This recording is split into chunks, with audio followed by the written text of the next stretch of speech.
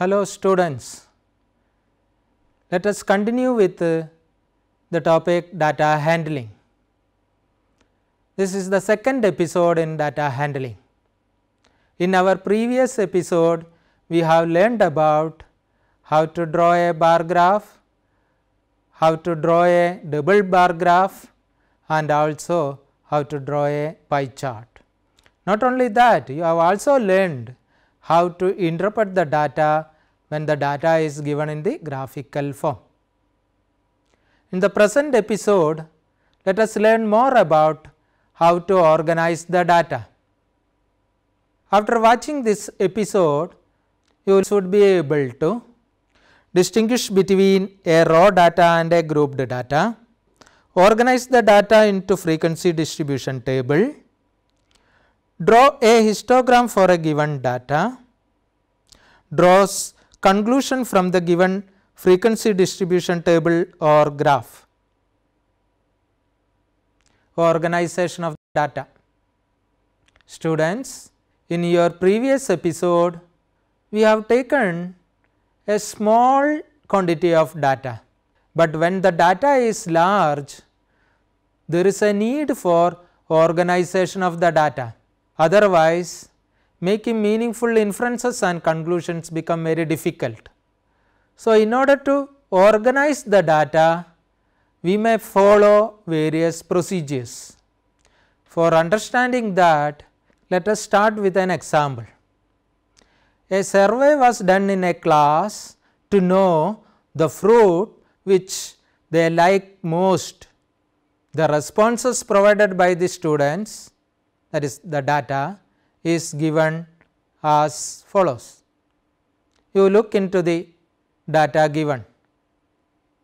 It is mango, apple, pineapple, jackfruit, pomegranate, mango, pineapple, apple, jackfruit, apple, jackfruit, mango, apple, apple, mango, apple, pomegranate, apple, pineapple, mango, jackfruit, apple, pomegranate, apple, jackfruit, apple, jackfruit, apple, mango, pomegranate, jackfruit, pineapple. The obtained data is called raw data. It is called raw data because we have not manipulated or processed the data. The data has been obtained from a known source or primary source. Let us define raw data. The data available in unorganized form or not processed and collected from a known source is called raw data. Look upon the data obtained here. If we want to know that which fruit is liked by most of the students, then it is very difficult to say, because the data is in a haphazard way. Unless it is organized, we will not be in a position to make various conclusions. This is how whenever we have a large data, we need to organize them. Okay. How to organize the above data? Yes, look into the data. How many fruits the students are liking?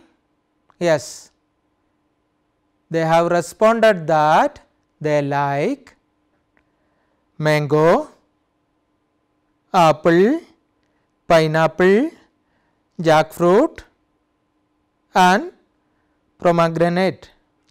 After knowing that the students like these 5 fruits, now we want to know that how many of them like each fruit. For this, we need to prepare a table. A table we will prepare with 3 columns. In the first column, we will represent the fruit like mango, apple, pineapple, jackfruit and pomegranate. In the next column, we will mark it as tally mark. That means, whenever an item appears, against that we will put a slash, or it is called one tally. Like that, one after the other, we consider each item, then we put tally marks against their respective tally mark. One tally mark represents one occurrence of a particular fruit or one count, and it is used to represent it by a symbol slash. Now, you consider each fruit and put a tally mark against that fruit. Continue to do like this for all items. Now, look at the tally marks. Whenever the fifth tally mark comes, we put a cross diagonally to all the earlier 4 tallies and make a bunch of 5 tallies, so that it makes counting of frequency quite easy. And further, in the third column, you will write the total number of tallies against each fruit. We get the third column as 8, 16, 4, 7, 5. The total become 40. Once you obtain a table like this, then it is very easy to interpret the data. Let me ask, which fruit is liked by most of the students? What is your answer? Look into the table. It is apple. Which fruit is liked by least of the students? Yes, it is pineapple. So, you see, when it was presented in an unorganized manner, we were finding difficulty to interpret the data. But now, when we have made a frequency distribution table, then it is very easy to interpret the data. In the table, the number of students like each fruit, that is given in the third column, also called a frequency. So, let us know how to define frequency. A frequency is defined as the number of times a particular event or observation occurs. So, such table when we prepare by showing the frequencies, the table is named as frequency distribution table. The definition for the frequency distribution table is as follows. A frequency distribution table is a table which shows the frequency of the event or observation within a particular category or a group or a class. Students, now you have learned about how to organize the data and what are the advantages of organizing the data. Before going further, let me give you an activity. Conduct a survey among your class 8th students and collect data on which is the one subject that they like most and prepare a frequency distribution table for the obtained data. Are you clear? Let us continue with this organization of data. Look into another example. The marks obtained for 60 students in a class for the mathematics test out of 50 is given. Look into the given data. It starts from 21, 10, 30, etc., etc. It goes up to 17. This kind of data is called ungrouped data. This is called ungrouped because each item has shown as different entity. So, definition for ungrouped data. An ungrouped data is a set of data in which each item is shown as a separate entity. Okay. Now, if we want to organize the data in the way in which we have done in the earlier example, like mango, apple, pineapple, if we take each item or the score and start making tally marks and finding out the frequency, then it become very long procedure. So, whenever we have a data of this kind, it is better to put them in various groups. Have you understood? So, how do we find different groups? You look upon the data, what is the lowest score and what is the highest score. When you have identified the lowest score and highest score, the difference between the highest score and the lowest score is called the range.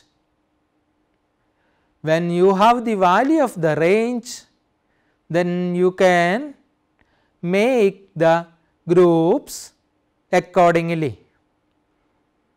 In the present data, the lowest score is 5 and the highest score is 50.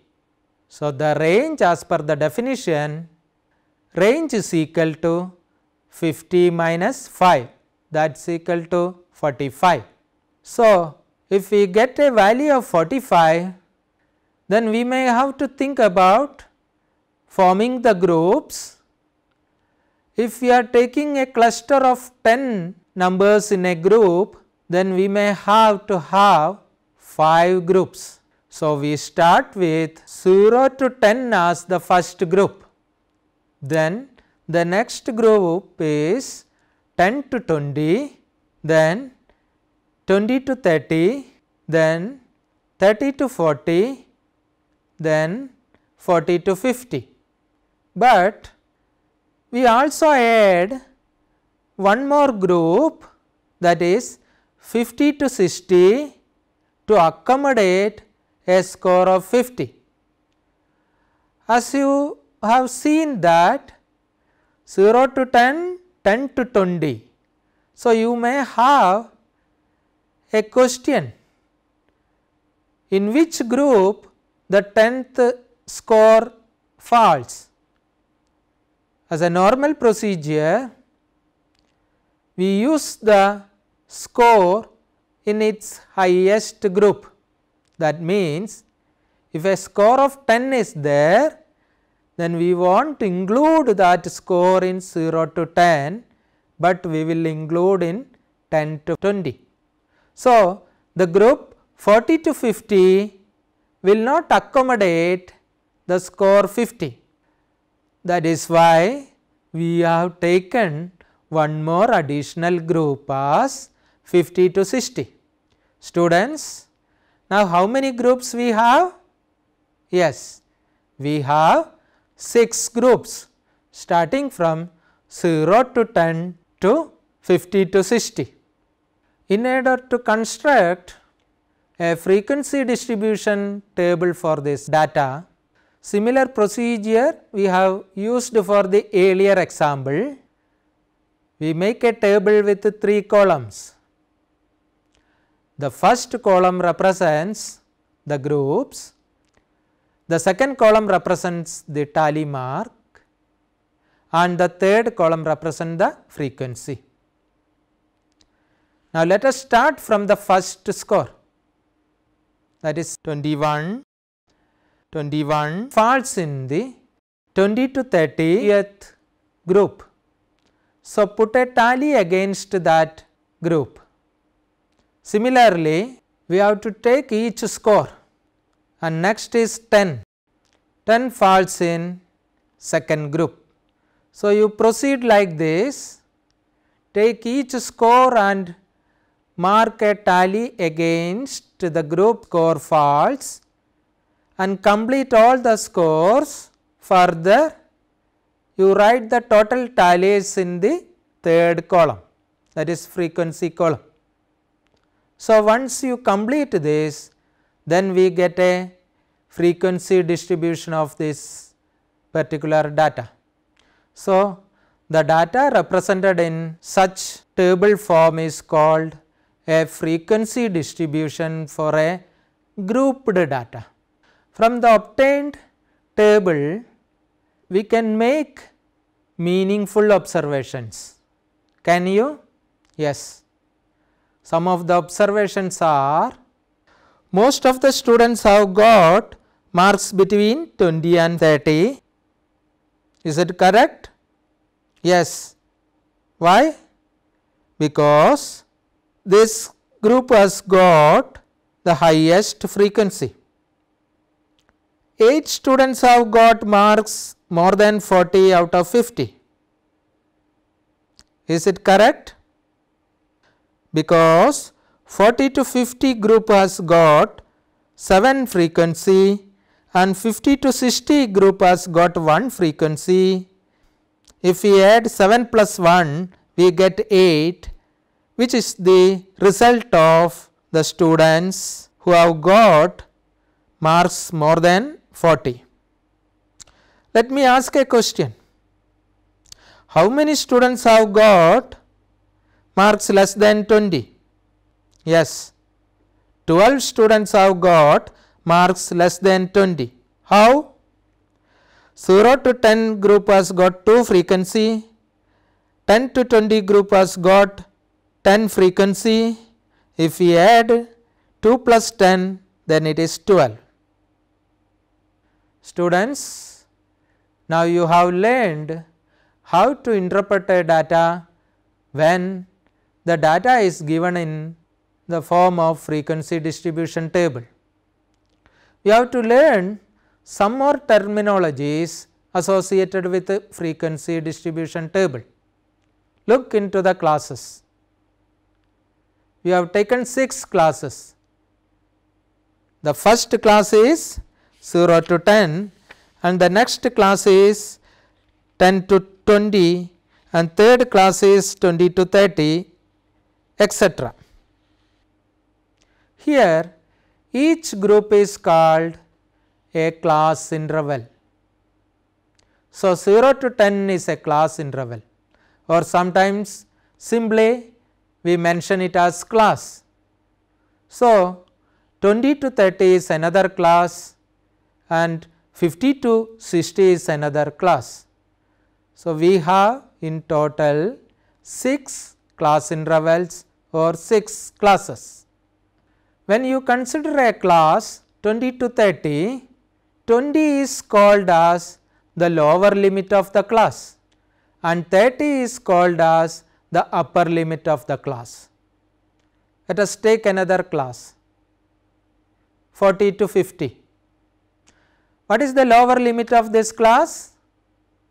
Yes, you are correct, 40 is the lower limit. And what is the upper limit of this class?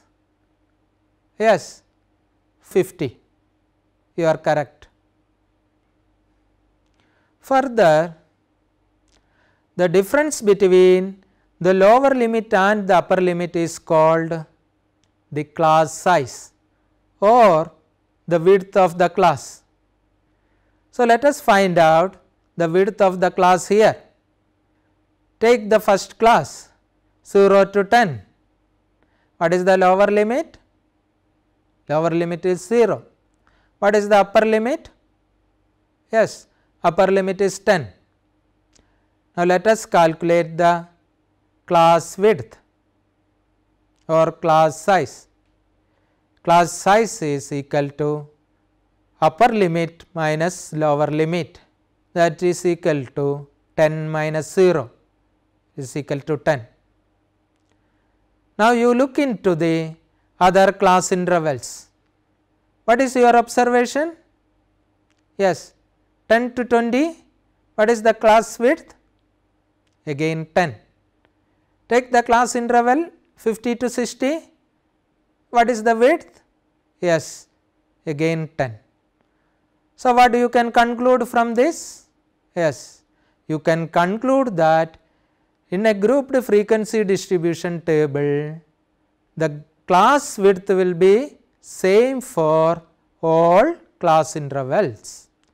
There are exceptional cases also that you will learn in your higher classes.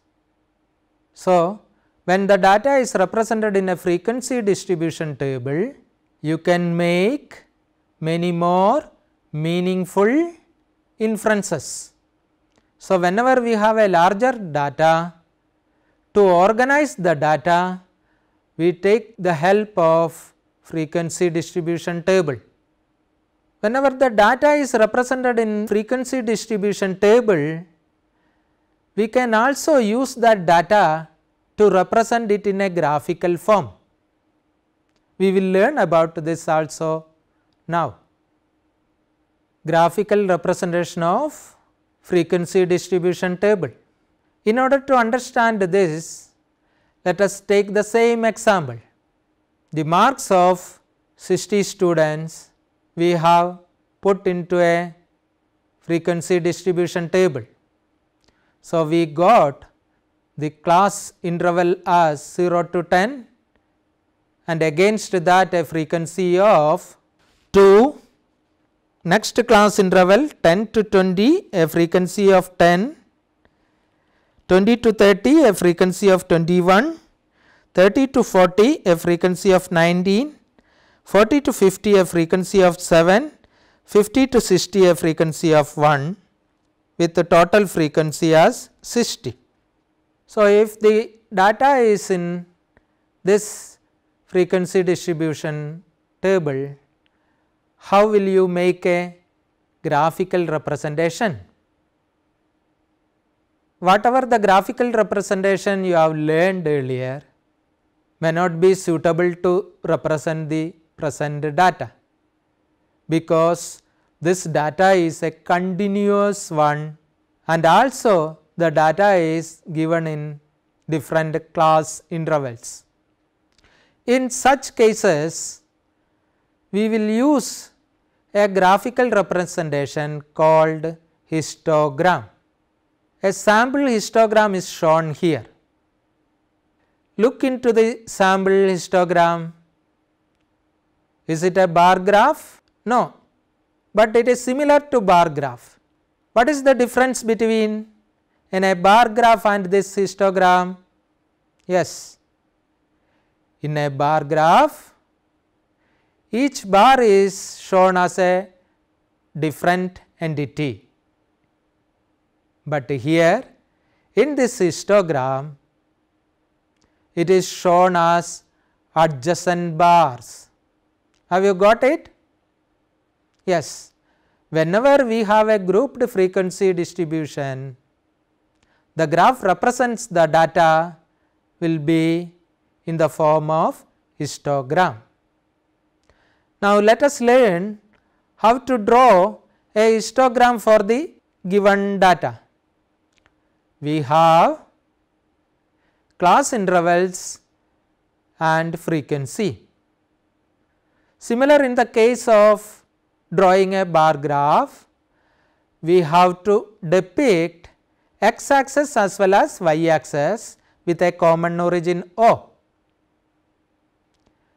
In the y axis, we represent the frequency, and in the x axis, we represent the class intervals. Let us see how to represent it. What is our first class interval? 0 to 10. So, origin is showing as 0 and next one full unit we consider it as 10. So, 10, 20, 30, 40, 50, 60 we mark in the x axis. In many cases, the class interval may not start from 0 to 10. Then you can't start with the origin. whenever we have a discontinuity, we use a symbol kink to show the discontinuity. Kink is basically a break on the axis. Similarly, in the y axis, here we have to take a scale.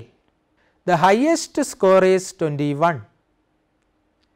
So, to get a good graph, you can take y axis, 1 unit is equal to 2 score. Score here means number of students. So, we plot 2, 4, 6, 8 till 24. Now, as we have done in the case of bar graph, you represent against each class interval the frequencies in the form of a bar or an equal width bar. So, as the first class is 0 to 10 with a frequency 2, so we may make a bar of proportionate height to that particular class and draw a complete bar. Similarly, for the next class 10 to 20, the frequency is 10. So, we join a complete bar against the frequency, and similarly we will follow till 50 to 60 where the frequency is 1. So, a small bar we get, a proportionate small bar. So, join all bars together, the obtained graph is called histogram. Look at this. As I told earlier, this is just looking like a bar graph, but the difference is that these are all adjacent bars. Hope you have understood how to draw a histogram for a grouped frequency distribution. Students, you have learned how to construct a histogram for a grouped frequency table. Let us try to define histogram. Histogram is a graphical representation of a grouped data in the form of continuous bars. Its purpose is to show the frequencies within a class graphically in the form of bars. Are you clear? Students, what all we have learned in this particular episode? Yes, we have learned in this episode how to organize a data, what is a grouped data and ungrouped data,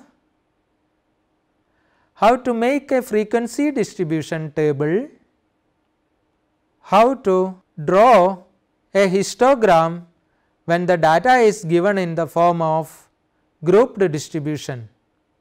Also, you have learned how to interpret the data when the data is given in grouped form or a frequency distribution table, and also when the data is given in graphical representation.